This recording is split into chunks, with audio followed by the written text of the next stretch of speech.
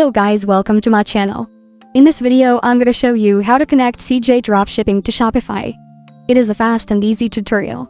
So the first step is to open your Shopify admin from your web browser.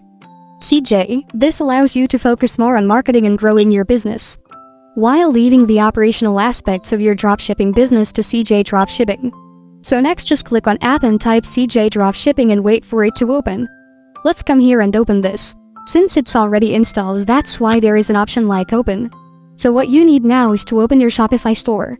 Wait and give it some time to open and show everything. Once it has opened, just come here and click on Settings. Several options will be seen from your Shopify store and will be similar to this right here. So after that, you will need to scroll down and see the option named Apps and Sales Channel. Just click on it. So you can see here when this screen opens, you have CJ Dropshipping. Just click on it and wait for it to open, so you make sure you have an account with this, and thereby you can import it to your Shopify store. Thank you for watching.